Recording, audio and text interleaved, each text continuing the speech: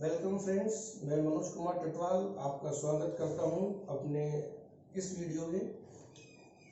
पिछले वीडियो में मैंने आपको बताया था वेक्टर स्पेस के बारे में, वेक्टर स्पेस की डेफिनेशंस के बारे में और आंतरिक संक्रिया और बाह्य संक्रिया के बारे में, दैट इज जो हमारे पास में सदिश योग और अदिश गुणनफल के बारे में। कि ये जो सदिश योग और अदिश गुणनफल है, ये यदि किसी स्पेसिफिक कंडीशन को सेटिस्फाई करे तो हम कहते हैं कि जो सेट V है वो एक वेक्टर स्पेस होता है। आज हम देखेंगे वेक्टर स्पेस के एग्जांपल्स के बारे में, लेकिन वेक्टर स्पेस के एग्जांपल्स को जानने से पहले हम पहले वेक्टर स्पेस के बारे में जान लेते हैं। वापस उसकी डेफिनेशंस को देख लेते हैं। तो वेक्टर स्पेस है हमारे पास, वो वेक्टर स्पेस एक तरह से बेसिस है लीनियर अलजेब्रा का, एंड वेक्टर स्पेस के बिना लीनियर अलजेब्रा इज नथिंग।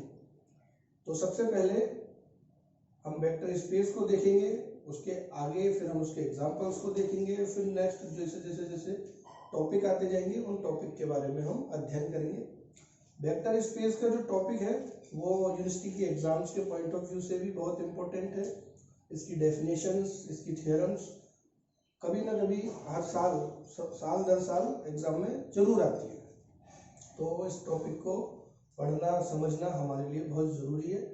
तो सबसे पहले हम वेक्टर स्पेस की जो डेफिनेशन है उसके बारे में हम जान लेते हैं वापस कि व्हाट इज वेक्टर स्पेस। तो वेक्टर स्पेस में मैंने बताया था आपको कि V कोई नॉन एम्प्टी सेट है एंड F कोई फील्ड है,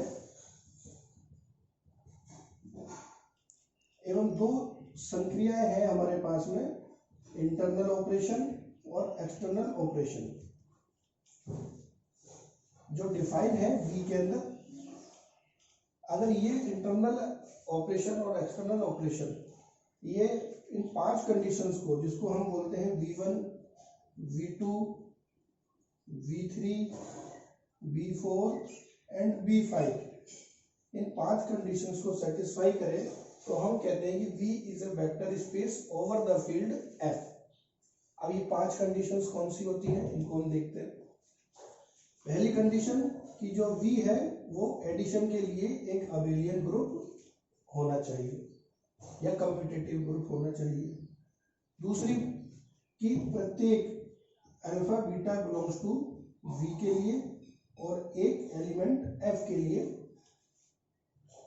A dot alpha plus beta is equal to A dot alpha plus A dot beta, ये होना चाहिए। फॉर एवरी A और B बिलोंग्स टू F के लिए और अल्फा बिलोंग्स टू V के लिए, A plus B dot alpha is equal to A dot alpha plus B dot alpha हो, यानी अदिश गुणन सदिश योग का बंटन करता हो। और यहाँ सदिश गुणन सदिश गुणन अदिश गुणन का बंटन करता हो। तीसरी चीज, अदिश गुणन के लिए साहचर्यता। For all A, B belongs to F and alpha belongs to B, AB alpha is equal to A B alpha. और तीसरी लास्ट वाली fifth condition, 1 into alpha is equal to alpha और all alpha belongs to V, जहाँ 1 is the unit element of F। 1 क्या है? 1 एक unit element है field F का। तो यदि हमारे पास में कोई non empty set equipped with these binary operations, internal and external, इसको हम कहते हैं वेक्टर एडिशन, इसको वेक्टर एडिशन भी बोलते हैं। और एक्सटर्नल ऑपरेशन को हम बोलते हैं स्केलर मल्टीप्लिकेशन।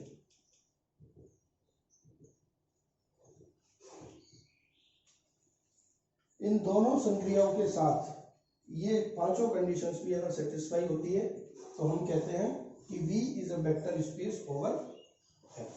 ठीक है, यहाँ पर हम V के जो एलिमेंट है इनको हम वेक्टर्स बोलते हैं, और जो फील्ड F के एलिमेंट है इनको हम स्केलर्स बोलते हैं।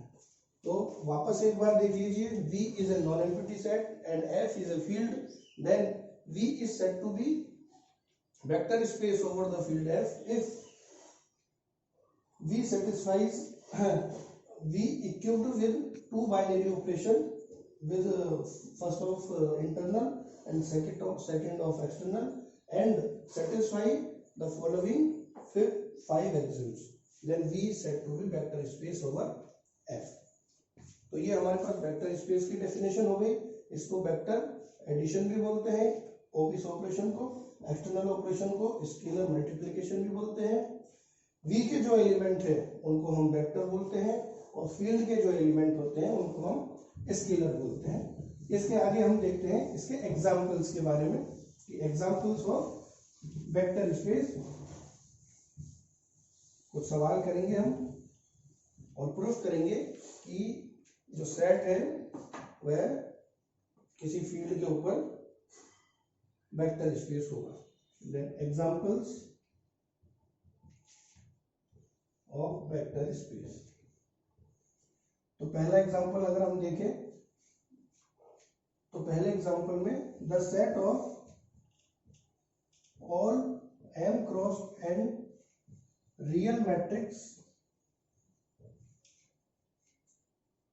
is a vector space over the field of या over the set of real number R with respect to matrix addition and matrix multiplication। यानी हमारे पास में सेट है कोई भी m क्रॉस n टाइप्स की रियल मैट्रिक्स का, वह सेट एक वेक्टर स्पेस होगा किसी रियल नंबर के सेट पर। किसके लिए? With respect to two operations, matrix addition and matrix scalar multiplication. Matrix scalar multiplication. तो इसके लिए हम प्रूफ करेंगे वही पांचों कंडीशंस। तो सबसे पहले हम मान के चलते हैं कि जो set of all m cross n real matrix का है उसको हमने नाम दे दिया m।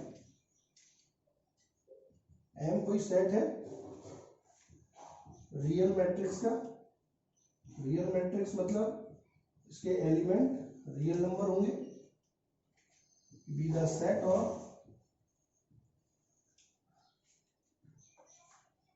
All m cross n types matrix,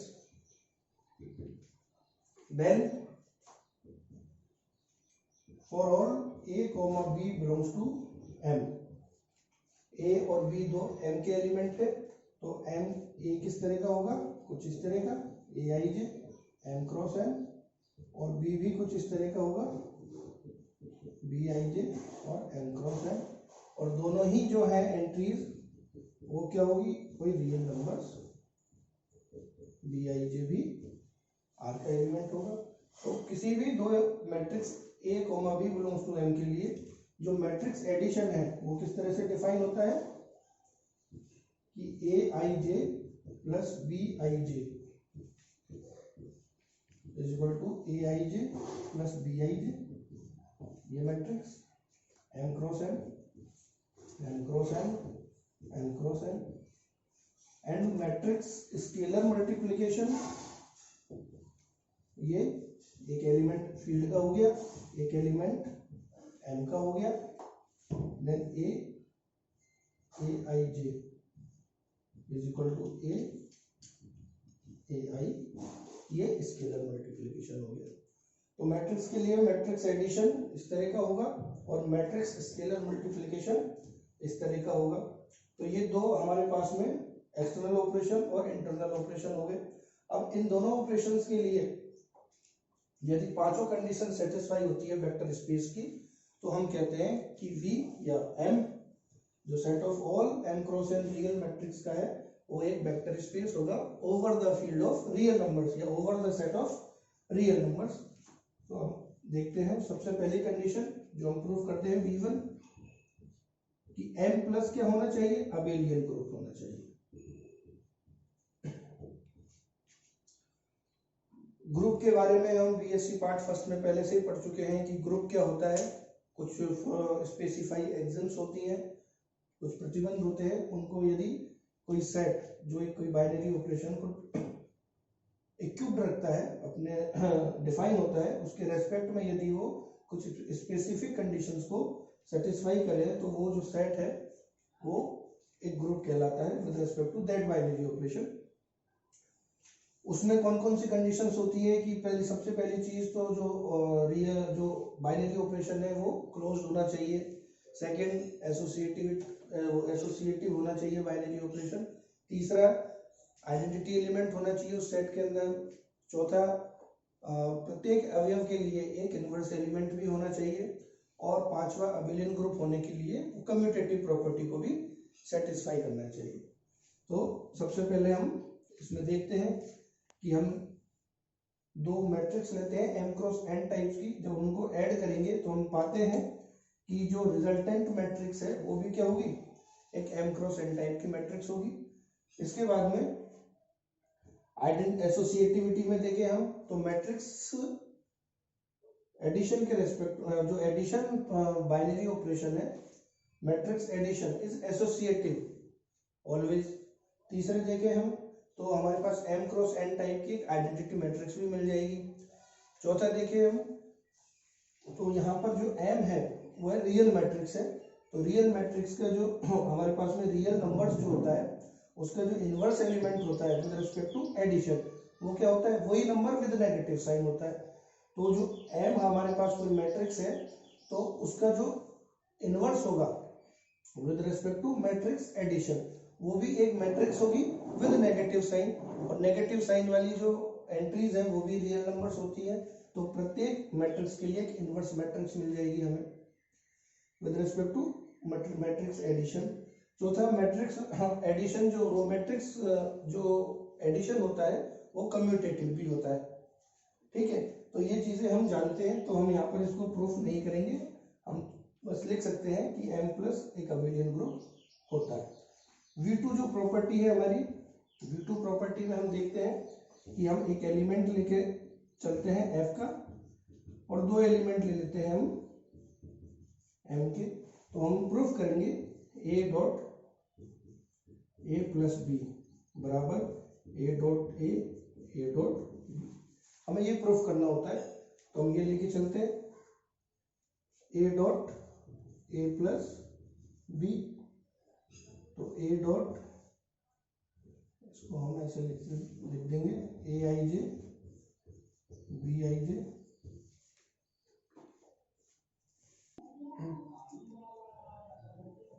a i j plus b i j.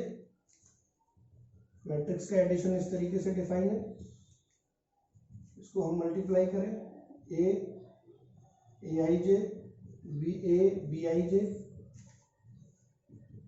A i j a b i J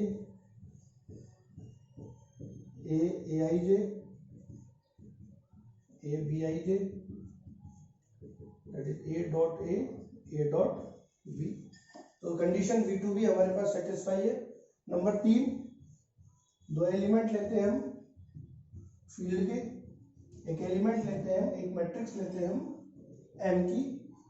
then हमको प्रूफ करना है a plus b dot a is equal to a dot a b dot a। तो हम लेके चलते हैं a plus b dot a, that is a plus b a i j, a plus b a i j, a i j b a i जे,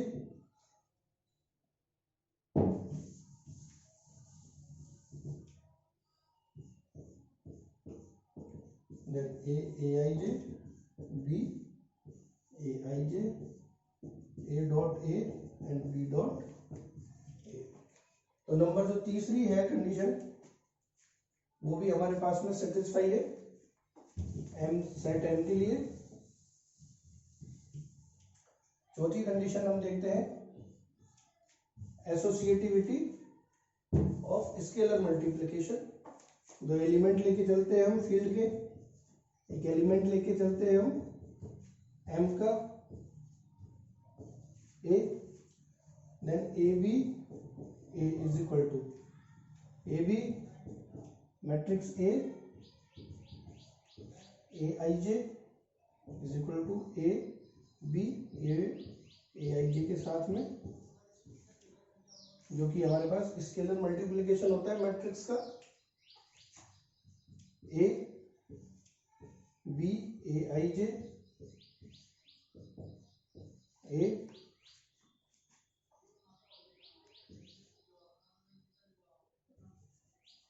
हमारे पास ए, इसको हम अगर ऐसे लिखें a b a i j a b and a, इसको ऐसे लिखें। तो ये हमारे पास में अदिश जो गुणन है वह साचार्य भी होता है।